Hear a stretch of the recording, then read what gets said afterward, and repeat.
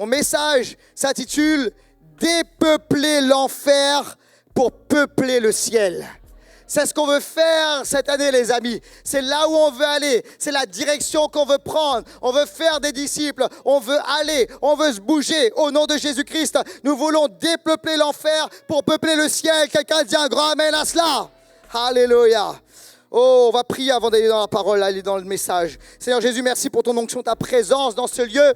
Nous appelons, nous déclarons maintenant le règne de Dieu, la vitalité, la force et l'onction du Saint-Esprit. Cher Saint-Esprit, aide-moi à prêcher. Ouvre-moi maintenant, Seigneur. Remplis-moi maintenant. Sature-moi maintenant. Touche mon cœur et touche nos oreilles, touche nos cœurs pour recevoir cette parole maintenant comme il se doit, comme la merveilleuse, la glorieuse, la puissante parole de Dieu. Et toute l'Église dit un grand Amen. Alléluia. Il y a environ une quinzaine d'années de cela, je suis dans un Starbucks, d'accord, je vais vous dire exactement où, Gare Saint-Lazare. Je suis dans un Starbucks, Gare Saint-Lazare, je suis en train de boire tranquillement mon café et je mets de la louange, je suis en train de lire un livre chrétien. Et à ce moment-là, tu sais, Dieu surgit dans l'histoire et vient prendre un café avec moi. Et là, Dieu me dit, regarde les gens autour. Je regarde les gens qui sont autour et me dit, regarde ces gens-là. Je veux que tu bâtisses une église, que tu implantes une église pour rejoindre les gens qui ne vont pas à l'église. Quinzaine d'années de cela. Et à ce moment-là, l'église Impulsion a commencé à germer dans mon cœur. Parce que moi, j'étais déjà pasteur, second pasteur associé dans une église. Mais la vérité, c'est que dans cette église, il y avait plus de chrétiens. On rejoignait plus les chrétiens que les non-chrétiens. Et là, Dieu me dit, je veux une église pour cette ville. Je veux une église pour les non-croyants. Je veux une église pour ceux qui ne croient pas en Dieu. Et Seigneur fait naître cela dans mon cœur. Impulsion, une église qui va aller impulser au nom de Jésus-Christ. Et la réalité, les amis, je peux vous dire un truc. Quelques années plus tard, c'est qu'on a une carence à ce niveau. On a une carence à ce niveau. Je vous le dis avec tristesse et avec repentance devant Dieu, avec vérité, mais on va rectifier ça au nom de Jésus. Nous ne sommes pas une église qui est suffisamment évangélisatrice. Et nous devons changer cela et revenir à la parole que Dieu nous a donnée. Parce que tu fais partie de cette parole, tu fais partie de cette église. Quelqu'un dit amen à cela. Écoutez bien ceci. Plus que jamais en cette saison, nous voulons dépeupler l'enfer afin de peupler le ciel. Quelqu'un a dit amen à cela. Et nous voulons qu'il y ait plus de gens à l'église. Tu sais pourquoi? Parce que globalement, plus de gens à l'église, ça fait moins de gens en enfer. Plus de gens en contact de la parole, plus de gens en contact de l'évangile, plus de gens en contact de chrétiens, plus de gens en contact de la présence de Dieu. Quelqu'un a dit amen à cela. Et il y a un shift, un changement, un renversement à faire. Quelqu'un a dit amen. Et dans ce temps, il y a une urgence. Dis avec moi, urgence. Il y a une urgence à l'évangélisation. Une urgence à l'évangélisation. Parce que les temps sont sombres, les temps sont durs. Et vous savez quoi? Nous sommes plus que jamais dans les derniers temps. Nous sommes dans les temps de la fin. Jésus revient bientôt, les amis. Jésus revient bientôt. Et parce que Jésus revient bientôt, il y a une urgence. L'urgence, car les ténèbres s'épaississent. Mais vous savez quoi? J'ai une bonne nouvelle. Dans les ténèbres, la lumière brille plus fort. Laisse-moi entendre un bon amen à cela. Et il nous faut Jésus dans l'église, mais il nous faut Jésus dans nos rues, Jésus dans nos familles, Jésus dans nos maisons. Nous devons investir chaque territoire, chaque lieu. Quelqu'un dit amen à cela. Et amener l'évangile puissant de Jésus-Christ, l'évangile du royaume de Dieu. La bonne nouvelle, les amis, c'est que oui, il y a les ténèbres qui s'épaississent. Oui, nous sommes dans la fin des temps. Oui, il y a des dérèglements. Oui, il y a des choses qu'on n'a jamais vues qui se réalisent sous nos yeux. Et on voit qu'il y a des changements de paradigme. Mais écoutez bien, la parole de Dieu déclare ceci, c'est que dans les derniers temps, il y aura un déversement puissant de l'esprit. Car dans les derniers temps, alléluia, dit le Seigneur, je déverserai mon esprit sur toute chair, alléluia. Un déversement de l'esprit comme jamais il y en a eu auparavant. Et ce déversement, il est pour toi, pour moi, il est pour notre église, alléluia. Écoute-moi bien, oui, il y a les ténèbres, mais Dieu a prévu et il veut pour nous un puissant réveil, un déversement de l'esprit. Écoute, je ne sais pas pour toi, moi je suis né pour le réveil. Je suis né pour le réveil. Je veux le réveil, le feu de Dieu. Je ne veux pas d'une église routinière, ordinaire. Pardonne-moi. Où il ne se passe rien du tout, où on vient chaque dimanche avec des fardeaux, avec des choses. Je veux une église dans laquelle on voit la main de Dieu agir. Et lorsque je me suis converti très jeune, vous savez quoi? J'ai été dopé, littéralement dopé au livre de réveil. Littéralement avec des revivalistes. Et je dis, Seigneur, c'est ce que je veux vivre. Seigneur, ne me laisse pas mourir, Seigneur, entre Dieu, sans que je vois un réveil, sans que je vois un réveil sur la France, sans que je vois un réveil sur Paris. La raison pour laquelle je reste en France et à Paris, vous savez quoi? C'est pas à cause du beau temps, c'est parce que je veux voir au nom de Jésus-Christ un réveil dans cette ville au nom de Jésus. C'est parce que je veux voir la gloire de Dieu dans cette ville. Et Dieu t'a positionné là pour le réveil, pour un déversement de l'esprit. Tu n'es pas là juste pour toi-même, pour ta carrière, pour ton job. Pour être successful, Dieu veut t'utiliser afin d'être un témoin dans ta génération. Quelqu'un dit un bon amen à cela et applaudis le Seigneur, s'il te plaît. Donne-lui la gloire.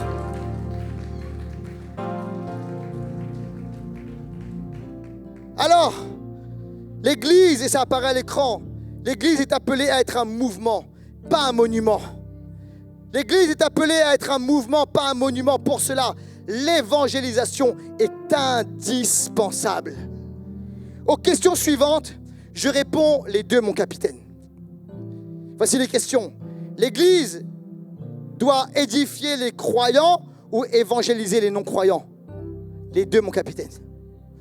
Et nous allons continuer d'édifier le corps, parler aux chrétiens, mais nous voulons ajouter une autre dimension.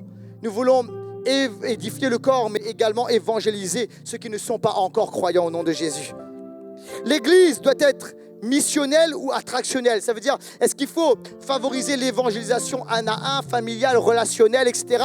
Ou est-ce qu'il faut une Église qui attire, une Église qui soit attractionnelle, une Église qui soit irrésistible? Les gens disent, on veut aller là parce qu'on entend parler de ce qui se passe et parce que l'atmosphère, c'est le feu. Les deux, mon capitaine. Relationnelle et aussi attractionnelle. L'Église doit être prophétique ou évangélistique. Des fois, Dieu, il faut choisir. Est-ce qu'il faut la vie de l'esprit, les dons spirituels, ou est-ce qu'il faut être porté sur l'évangélisation? Les deux, mon capitaine. Et à l'Église, à Impulsion, nous voulons être les deux, mon capitaine. Quelqu'un a dit amen à cela.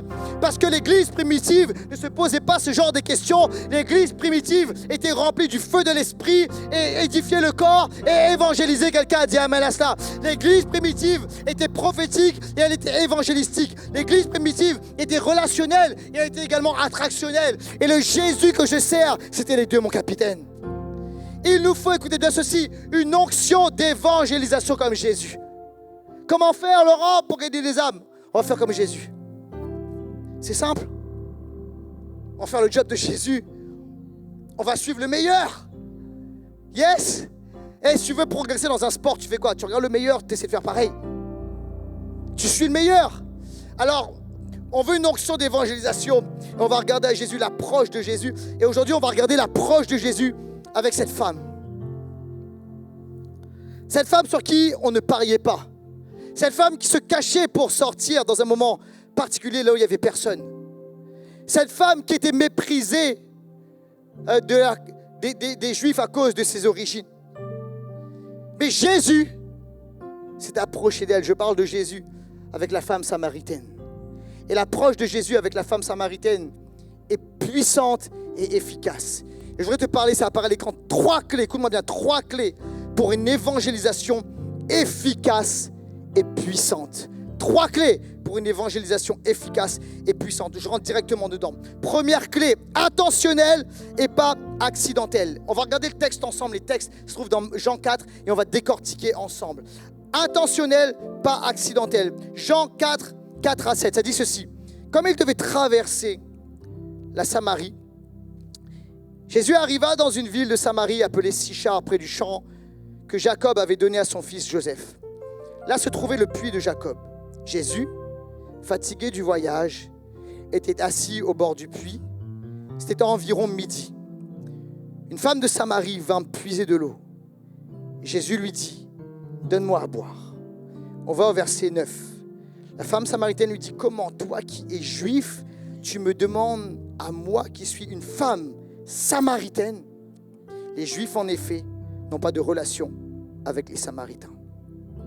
Écoute-moi bien. Intentionnel, pas accidentel. Les choses arrivent parce que Jésus les a prévues. Une église qui gagne des vies à Jésus, ce n'est pas accidentel, c'est intentionnel. c'est parce que nous avons planifié, prévu, établi de le faire. Et Jésus, écoute-moi bien, il est dit ceci, comme il devait traverser la Samarie. Et le mot en grec devait ici, c'est édaï. Et ça signifie, il fallait, c'était nécessaire.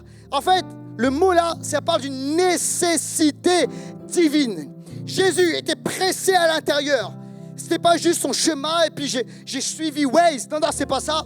C'est que Jésus était pressé à l'intérieur. Il faut absolument que j'aille dans cette ville, à Sichar, en Samarie, parce qu'il y a là une femme qui a un rendez-vous divin avec Dieu. Écoute-moi bien, l'évangélisation n'est pas quelque chose que nous faisons de manière optionnelle. Ça doit être une nécessité, quelque chose d'indispensable, d'intentionnel. Quelqu'un a dit amen à cela.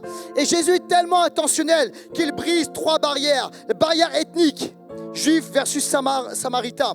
Barrière sociale, homme rabbin, femme marginalisée. Barrière morale, femme au passé douloureux et je dirais douteux. Et Jésus fait quoi?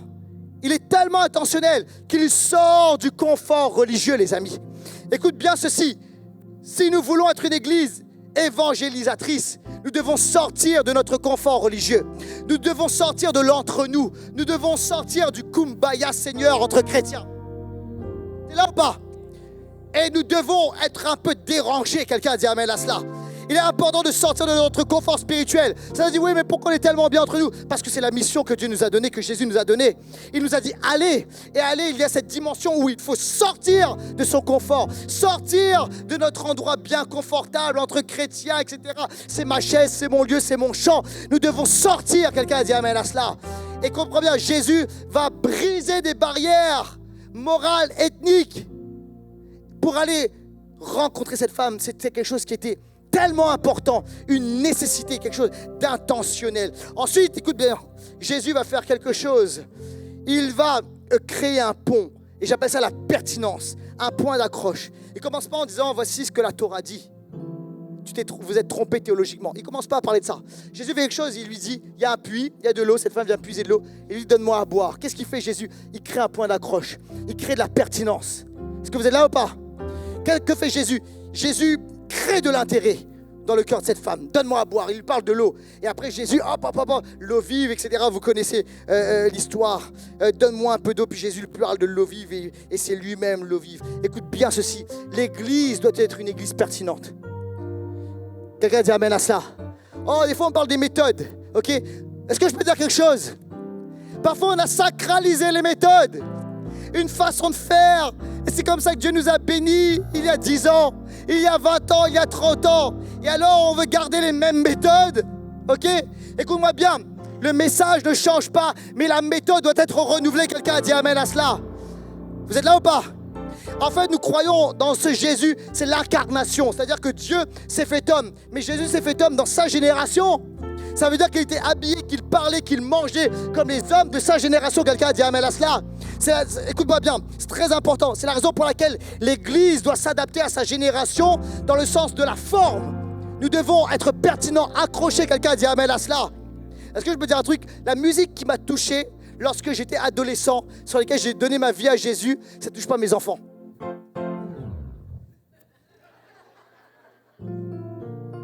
Ça ne touche pas mes enfants.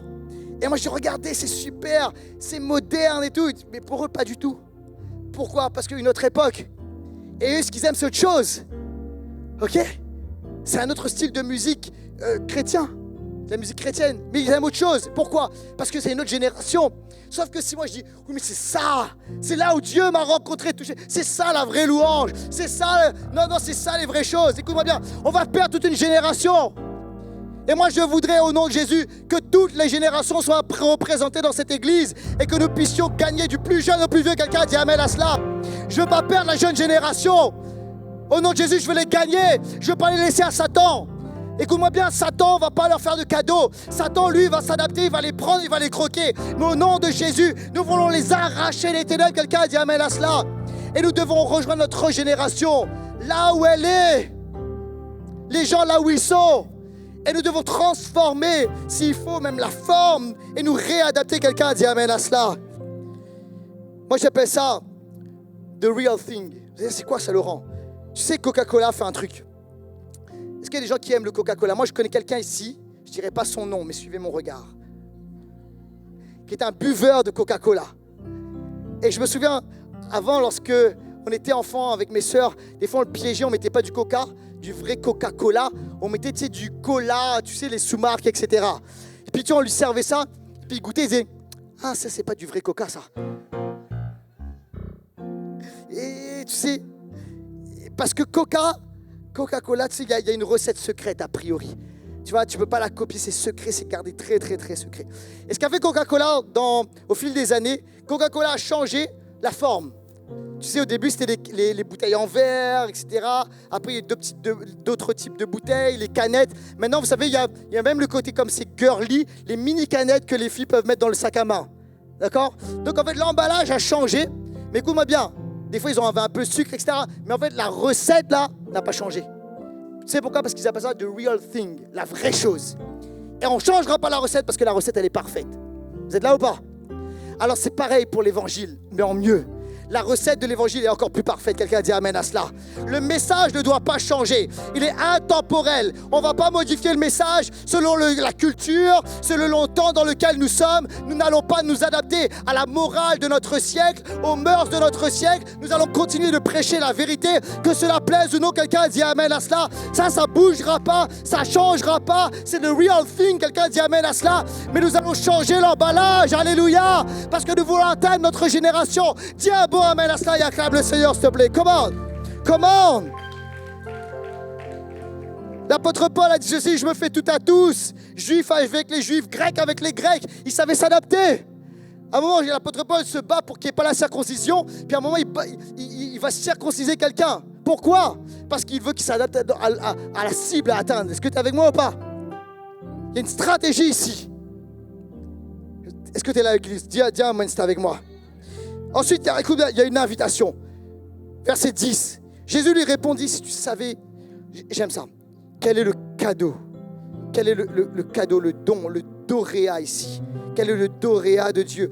Qui est celui qui te dit donne-moi à boire? Tu lui aurais toi-même demandé à boire et il t'aurait donné de l'eau vive. Verset 13.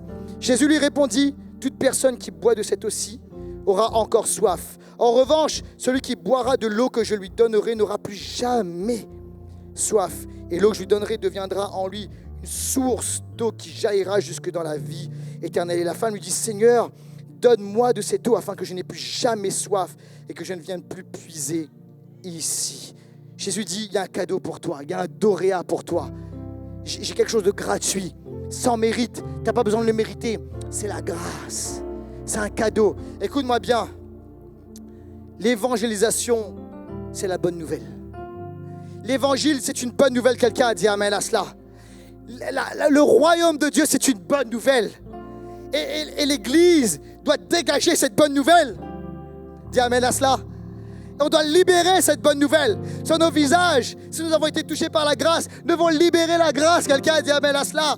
Non pas comme si on avait croqué dans un citron. L'amour. Et ça, c'est le cadeau, c'est l'invitation de Jésus. Et tu n'as pas besoin, écoute-moi, si tu es là, ici, dans ce lieu, tu dis, je ne mérite pas. Bonne nouvelle, on mérite. Personne ne mérite dans ce lieu. Mais le Seigneur nous invite, et il y a une bonne nouvelle. Et je continuerai de prêcher cette bonne nouvelle. L'évangile de la bénédiction, l'évangile de la grâce, l'évangile du salut, l'évangile de la gratuité. Quelqu'un dit amen à cela. L'évangile où Dieu s'approche de nous. C'est lui qui a fait le pas. C'est lui qui est venu vers nous. Et c'est là aujourd'hui. C'est pas un hasard. C'est parce que Dieu s'approche de toi. Et il veut te bénir, te transformer, te guérir. Et c'est le message que nous devons prêcher. Nous devons amener l'espoir dans cette génération. Parce que notre Dieu est un Dieu d'espoir. Quelqu'un a dit amen à cela. En fait, écoute-moi bien. Il faut les gens doivent sentir qu'il y a quelque chose de spécial. On ne sait pas comment le décrire, on ne sait pas comment le dire. Il y a quelque chose de spécial dans l'atmosphère ici. On n'a pas forcément tout compris, mais on sent de l'amour, on sent quelque chose d'électrique, on sent une présence, on sent une invitation. C'est ça, les amis. Et ça, c'est la première clé. Intentionnel, pas accidentel. Deuxième clé, tu es toujours avec moi, Église? Deuxième clé, une expérience spirituelle. L'évangélisation, et ça c'est très important, C'est le point le plus important de mon message. L'évangélisation, c'est une expérience spirituelle. Ce que je veux dire par là, c'est que ça doit être fait par quelqu'un. Quelle est la méthode d'évangélisation de Jésus? Distribuer des tracts, on peut distribuer des tracts, c'est très bien, mais si tu ne parles pas juste comme ça, il y a peu de résultats. Hurler dans la rue, repentez-vous. Bien souvent, la vérité, peut-être que ça peut marcher une fois. Bien souvent, on te prend pour un fou et peu ou pas de résultats. Ou peu. Je suis honnête. Est-ce que je peux parler en vérité aujourd'hui? Ok. Placer des versets bibliques dans une conversation. Ok. Des méthodes. Il faut que je place tel verset absolument. Évangéliser par l'amitié. Il faut le faire, mais c'est long, peu de résultats. S'il n'y a que ça, j'entends. Faire du social, on le fait, il faut le faire, gloire à Dieu. Mais s'il n'y a que ça, et je sais que l'équipe Compassion ne fait pas du tout que ça. C'est long, peu de résultats, pas suffisant. L'apologétique, c'est-à-dire essayer de convaincre dans les débats, les conversations, etc. Théologique, c'est des débats sans fin. Je l'ai fait, je peux vous assurer, peu de résultats, ça ne sert à rien. Ou quasiment. La question est comment, pourquoi dans les évangiles, les gens venaient vite, nombreux à Jésus. Jésus, 3 ans de ministère, ok? 3 ans de ministère, il a rempli la Judée, il a rempli les villes de la Judée de cet évangile du royaume. Et les gens venaient en foule. Pourquoi et comment? Pourquoi et comment? Dans d'autres pays, les gens viennent vite nombreux à Jésus. C'est quoi? C'est quoi la clé? C'est quoi, les amis? Quelle était la méthode de Jésus? Quelle est la méthode dans ces endroits-là? Jean 4, 16, 19 dit ceci. Va appeler ton mari, lui dit Jésus, et reviens vite, et reviens ici. La femme répondit, je n'ai pas de mari. Jésus lui dit, tu as bien fait de dire que tu n'as pas de mari, car tu as eu 5 maris et l'homme que tu as maintenant n'est pas ton mari. En cela, tu as dit la vérité. Seigneur, lui dit la femme, je vois que tu es un prophète. Oh, écoute-moi bien, quelle est la clé? Comment Jésus fonctionnait? Avec qui? La clé, c'est pas quoi, c'est qui? Le Saint-Esprit. Jésus œuvrait, travaillait, était rempli de la puissance du Saint-Esprit. Et Jésus performait des signes, des prodiges, des miracles, des paroles prophétiques. Et c'est la raison pour laquelle les foules venaient à Jésus. Parce qu'il se passait quelque chose physiquement. Le message était accompagné de signes, de prodiges et de miracles. Quelqu'un a dit amen à cela. Et c'est la raison pour laquelle, c'est là où nous devons aller. C'est la raison pour laquelle les gens venaient en foule à Jésus. C'est la raison pour laquelle, dans certains pays, les gens viennent en foule à Jésus. Pourquoi? Parce qu'ils goûtent à cette expérience spirituelle, les miracles et les dons spirituels. Quelqu'un a dit amen à cela. Il faut le message, il faut la repentance, tout cela. Mais pourquoi les gens sont attirés? Pourquoi est-ce qu'il y a cette attraction? C'est parce que quelque chose se passe. Les gens sont là avec leurs errances, leurs problèmes, leurs fardeaux, leurs chaînes, leurs maladies, tout cela. Écoute-moi bien, et nous leur proposons non pas juste un message vide, mais un sauveur qui est vivant. Dis un bon amen, s'il te plaît. Jésus a dit, allez dans le monde entier, proclamer la bonne nouvelle. Nous devons proclamer. Mais Jésus dit également ceci, toujours dans Marc 16, versets 17 et 18. Voici les signes qui accompagneront ceux qui auront cru. En mon nom, ils pourront chasser les démons, parler de nouvelles langues, attraper des serpents. S'ils boivent un breuvage mortel, cela ne leur fera aucun mal. Ils imposeront les mains sur les malades et ceux-ci seront guéris. Et parfois, vous savez ce qu'on a voulu faire des fois dans des églises, on dit, on enlève, vous savez, tout ce qui est surnaturel, tout ce qui est vide l'esprit. Oh, parce que ça peut vider l'esprit, ça peut faire peur. Non, les gens veulent expérimenter quelque chose de concret. Sinon, ils vont juste kiffer un moment. Ah, c'est bien, la musique était bien. Oh, ils parlent bien ou pas. Non, on veut plus que ça. Ce que nous voulons, c'est que les gens expérimentent Jésus. Sa présence. Écoute-moi bien, face à un miracle, tu n'as pas de débat. Il n'y a pas de débat. Il n'y a pas à polémiquer. Est-ce que si, est-ce que ça? Tu vois? Un miracle, c'est ça.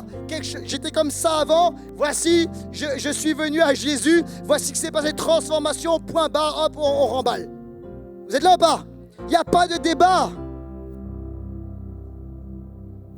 Acte 1, 8. vous recevrez une puissance lorsque le Saint-Esprit viendra sur vous et vous serez mes témoins à Jérusalem, dans toute la Judée, dans la Samarie, jusqu'aux extrémités de la terre. Jésus a insisté, ne bougez pas les gars. Je ne veux pas que vous soyez des témoins par vos propres forces. Je veux que vous soyez revêtus de l'Esprit de Dieu. Alléluia.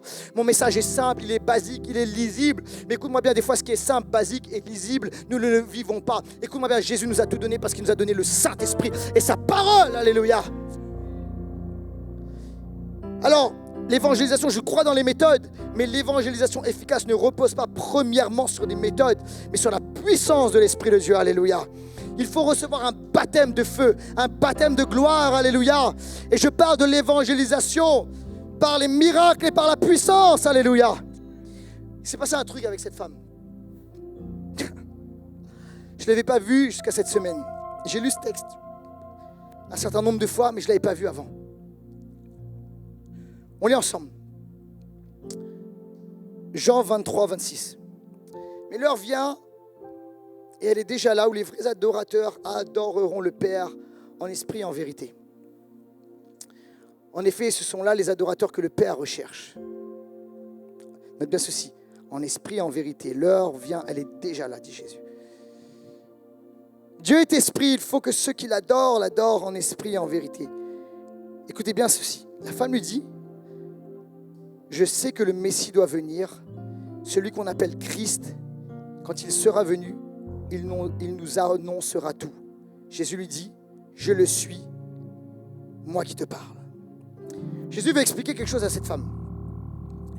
Elle demande à Jésus, où est-ce qu'il faut adorer, à Jérusalem ou sur le mont Gérizim? D'accord? C'est un débat théologique, je ne vais pas rentrer là-dedans. Aujourd'hui, ce n'est pas mon thème. Jésus lui répond que le salut vient des Juifs et c'est à Jérusalem. Théologiquement, c'est ça. Mais Jésus va aller beaucoup plus loin que ça. Il ne reste pas sur le débat théologique. Jésus va aller plus loin. Il dit, mais maintenant, il y a quelque chose de nouveau.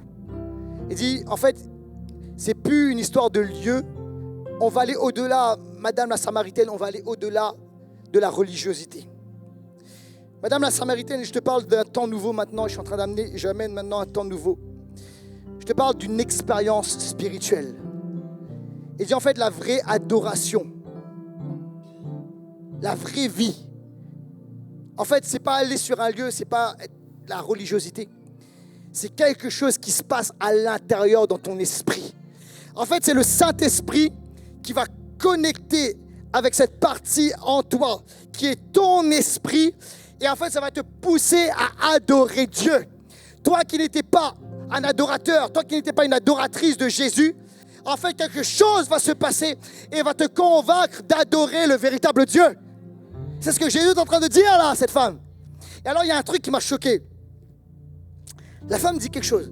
En fait, je me dis, mais c'est comme si elle est hors sujet. Elle dit à Jésus, mais le Messie doit venir. Hein? Celui qu'on appelle le Messie, il nous annoncera tout. Et là, je me dis, mais c'est presque hors sujet théologiquement. Je ne sais pas si vous êtes d'accord. Il ne parlait pas de ça. Et je dis, mais pourquoi à ce moment-là, qui lui a dit de parler du Messie avec Jésus comme ça? Vous êtes là ou pas? Avant, écoute-moi bien, quelque temps avant, elle ne comprend pas l'histoire de l'eau vive, elle demande mais l'eau, etc. Et juste après, écoute-moi bien, elle entre dans des mystères, elle entre dans des choses profondes. Le Messie doit venir, il nous annoncera tout. Et Jésus dit, c'est moi qui te parle. Mais d'où ça sort cette histoire? Écoute-moi, Église, écoute-moi. Jésus a dit ceci. L'heure viendra, Jésus dit quelque chose. Et elle est déjà là. Elle est déjà là. Ça apparaît à l'écran. Tu peux mettre la suite, s'il te plaît? Jésus, l'heure est déjà là. Et le mot là en grec, c'est noun. Et en fait, déjà, écoute-moi bien, c'est dans le sens, c'est maintenant. En fait, Jésus est en train de dire, il y a un truc qui est en train de se produire maintenant. À ce moment-là où je te parle, Madame la Samaritaine, à ce moment-là, il y a un truc qui est en train de se produire à l'intérieur de toi. Et en fait, tu es en train de devenir une vraie adoratrice. Autrement dit, vous savez comment on appelle ça? La nouvelle naissance. En fait, elle est en train de naître de nouveau. Et en fait, elle commence à comprendre les mystères. Et le Saint-Esprit lui dit dans son esprit, ce gars, ce monsieur qui te parle, ce rabbin qui te parle, c'est le Messie. Et c'est pour ça qu'elle arrive, oh le Messie. Pourquoi? Parce que son esprit tout d'un coup est éveillé et elle entre dans les choses de Dieu. Vous êtes là ou pas? En fait, elle passe de la religiosité à la relation. Et c'est ça l'évangélisation. Hey, c'était avec moi, dis amen et applaudis le Seigneur. C'est pas, écoute-moi, c'est pas une information, c'est une révélation. Et c'est ça, quand les gens arrivent, lorsqu'ils viennent avec nous, l'église, écoute-moi, on ne veut pas leur donner une information, on ne veut pas leur donner de la morale, on veut leur donner ce Jésus qui transforme, on veut qu'ils connectent, qu'ils aient une expérience spirituelle.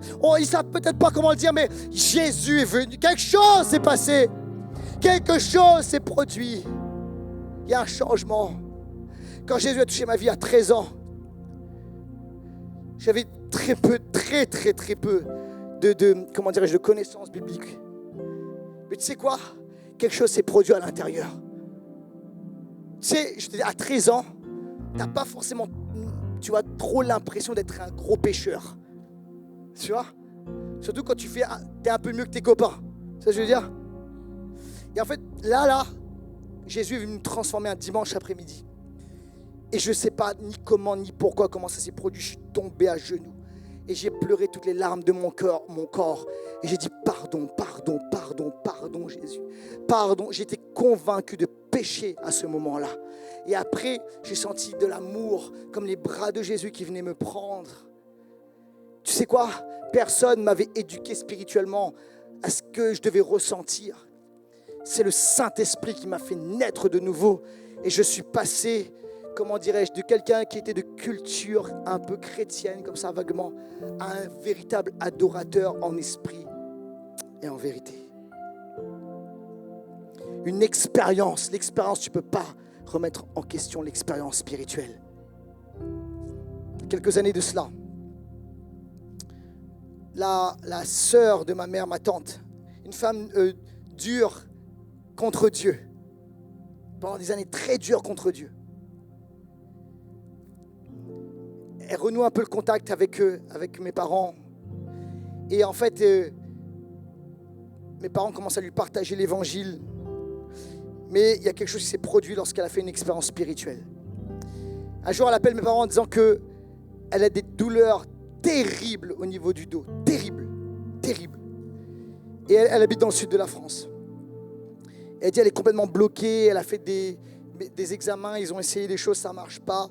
Et elle ne dort plus parce qu'elle a trop mal. Elle n'arrive plus à rien faire. Vous savez, quand des gens, si vous êtes malade, si vous connaissez des gens malades, Jésus a compassion de vous. Il a compassion, mais il est aussi puissant pour agir et pour guérir. Et là, au bout du téléphone, mon père lui propose, il dit, on va prier à distance. Et il commence à prier au nom de Jésus pour elle. Et au moment où il prie à distance, elle dit qu'il y a une chaleur qui la traverse, qui commence à traverser son corps avec une expérience spirituelle et physique. Et comment bien, alors que cette chaleur, c'est la puissance du Saint-Esprit qui est en train d'agir en elle. Cette puissance a commencé à la traverser. Elle a été immédiatement débloquée, guérie. Plus de douleur, plus rien. La puissance de Jésus est venue la rencontrer. Dis un bon amen, acclame le Seigneur, s'il te plaît, Église. Acclame. Suite à cela, elle donne pleinement sa vie à Jésus. Et quelques mois plus tard, c'était pendant le Covid, dès qu'on a été déconfinés, elle est venue sur Paris et on l'a baptisée au nom de Jésus. Et c'est une disciple du Seigneur. Donnons gloire à Dieu. Comment, pourquoi, Laurent, une expérience spirituelle, je te dis. Une expérience spirituelle, je te dis. Troisième clé. Et je finis avec ça, très rapidement. Confrontation versus conformité. Jésus dit quelque chose. La grâce nous appelle et la grâce nous appelle sans condition. Mais la grâce, Jésus nous aime, mais il nous aime tellement, écoute-moi bien, qu'il ne peut pas nous laisser. Jésus nous aime, il nous aime tel que nous sommes, mais il nous aime tellement qu'il ne nous laisse pas tel que nous sommes. Et en fait, cette femme, à cause du péché, de sa condition, ça l'avait ramenée dans une situation terrible. Et Jésus va lui dire quelque chose. Il va être plein d'amour, mais il va être aussi en vérité. Écoute-moi bien, l'évangélisation doit être en amour, plein de grâce, mais également en vérité. Et Jésus lui dit ceci. lui a dit, va, appelle ton mari. Et en fait, qu'a fait Jésus ici? Il ne voulait pas l'humilier. Il n'a pas voulu toucher le point sensible pour l'écraser, mais il a voulu la guérir et la libérer. Lorsque cet homme qui était à la piscine de Bethesda, pendant 38 ans, il attendait le mouvement de l'eau. Et à cause de son infirmité, il ne pouvait pas plonger dans l'eau qui allait amener la guérison. Jésus lui dit, que veux-tu? Il dit que je sois guéri. Prends ton brancard, lève-toi et marche. Il prend son brancard, il part. Quelques jours plus tard, Jésus le retrouve et il lui dit quelque chose. Il dit, attention, ne pêche plus, de peur qu'il t'arrive quelque chose de plus grave. Donc Jésus va faire quelque chose ici. Jésus ne sera jamais dans la conformité. Il ne va pas se conformer à la morale ambiante. Jésus va être plein de grâce et d'amour, mais Jésus va être également en vérité. Et il dit, va, ne pêche plus, stop maintenant. Et la vraie évangélisation n'est pas une flatterie.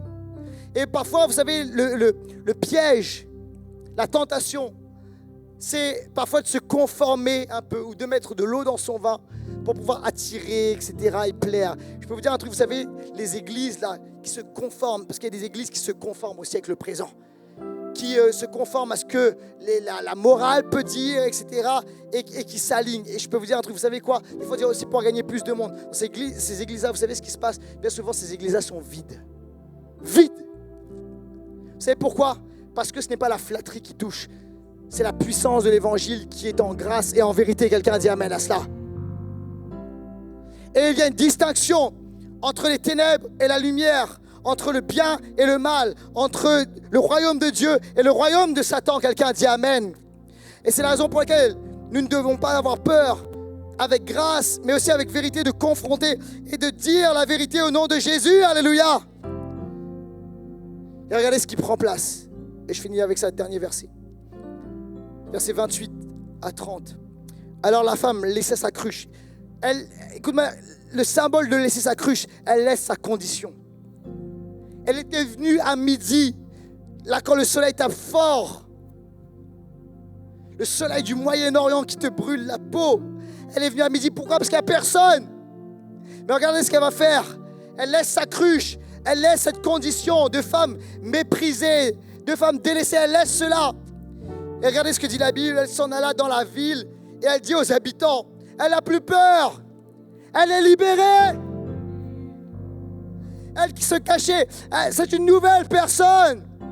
L'évangile te rend libre de la culpabilité, de l'accusation. C'est fini. Pensez ce que vous voulez. Jésus m'a pardonné, il m'a libéré. Elle laisse ses chaînes.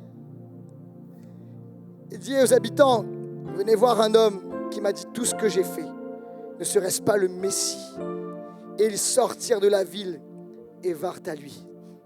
Écoute-moi bien, une personne percutée par la puissance du Saint-Esprit, ça amène une multiplication, une foule qui vient à Jésus à ce moment-là. Gloire à Dieu pour cela. Gloire à Dieu pour cela. Gloire à Dieu, les amis, écoutez bien ceci. C'est le temps maintenant de dépeupler l'enfer afin de peupler le ciel. C'est le temps, les amis. C'est le temps de se lever. Et l'Esprit nous dit, alors que nous sommes dans les temps de la fin, sans crainte, sans peur, avec audace, libre de la peur des hommes, levons-nous, allons, prêchons l'Évangile. Et voici les miracles qui accompagneront ceux qui auront cru. Au nom puissant et glorieux de Jésus-Christ. On va se lever ensemble.